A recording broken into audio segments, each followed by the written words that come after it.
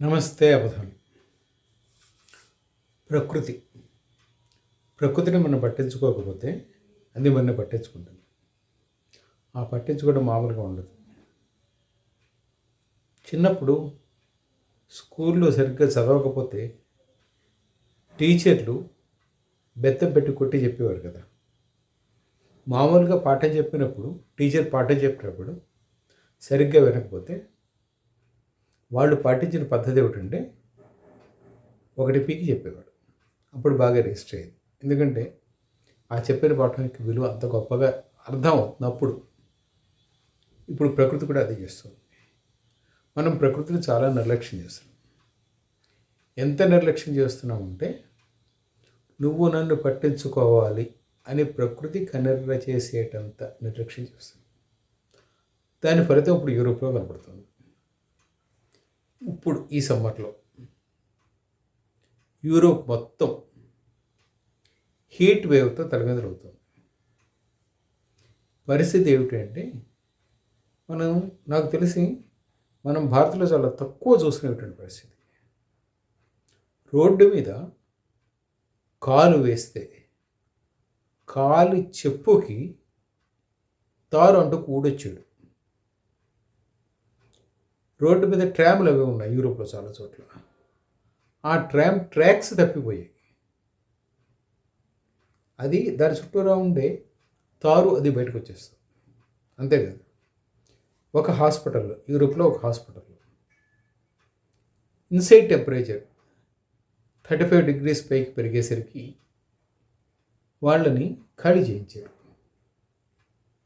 And ఓవరాల్గా ఇప్పటికీ యూరోప్లో హీట్ వేవ్ కారణంగా 1300 మంది చనిపోయారు అనేది పేపర్లో వస్తున్న వార్తలు. చూసుకోండి. అంటే నాకు తెలిసి మనం కూడా అంత ఎక్కువ ఇది ఫేస్ చేయలేదు ఇప్పుడు ఇండియా. రీజన్ ఏమిటండి? యూరోప్ రిలేటివ్లీ చల్లదనంతో ఉంటుంది. వాళ్ళు వేడిని ఎక్కువ భరించలేరు. In all this one systems, వాళ్ళ ఇంజనీరింగ్, వాళ్ళ సిస్టమ్స్, వాళ్ళ స్ట్రక్చర్ మొత్తం అన్నీ ఎట్లాగంటే టు కంట్రోల్ కోల్డ్నెస్. వాళ్ళు శరీరపరంగా కూడా ఎక్కువ చలిని తట్టుకునే దీనికి ఎక్కువ అలవాటు. ఇది చాలా అకస్మాత్తుగా మారిపోయింది. కొన్ని పేపర్ల కథనాల ప్రకారం అయితే ఆల్మోస్ట్ 1870s తర్వాత ఇంత హీట్ కొన్ని దేశాల్లో లేదు. Germany, Czechoslovakia and some other countries they are facing it. జర్మనీలో అయితే ఏసీల అమ్మకాలు ఈ ఒక్క సంవత్సరం 80% పెరిగాయి. వాళ్ళ ఇళ్లలో చాలా ఇళ్లలో అసలు ఏసీలు ఉండవు. ఓన్లీ కోల్డ్ కంట్రోల్ చేసే సిస్టమ్ ఉంటుంది. Now AC is becoming a requirement, day-to-day requirement for them. That's what this summer has taught them. That is one. Second thing, వాళ్ళు ఇంత హీట్ని ఎప్పుడూ భరించలేదు కనుక దానిని తట్టుకోవడానికి శరీరాలు అలవాటు పట్టాల. ఇవన్నీ ఒక ఎత్తు. అసలు దీనికి కారణం ఏమిటి అంటే హ్యూమన్ ఎర్రర్ అని చెప్తున్నాడు. అంటే మనం ప్రకృతిని నాశనం చేస్తున్న కారణంగా వచ్చిన ఫలితం ఇది. మరి యూరోప్ ఎంత వస్తే ఇండియాకి ఎంత వస్తుంది తెలియదు. Surely we are have to face. ఎటు వచ్చి వాళ్ళు ముందు ఎందుకు ఇది అయ్యారు అంటే as far as heat is concern, వాళ్ళకి ఎక్కువ హీట్ అలవాటు లేదు కనుక. That's what it is being told. And ఇంకొక వాదన కూడా ఏర్పడుతుంది. వాళ్ళు చాలా స్మూత్, వెరీ కండిషన్డ్ అట్మాస్ఫియర్స్లో, వెరీ కూల్ అట్మాస్ఫియర్స్లో ఇది అవుతున్నారు కనుక ఒక్కసారి హీట్ చేంజ్ వచ్చేసరికి they are unable to face it అనేది. That's what another argument is coming.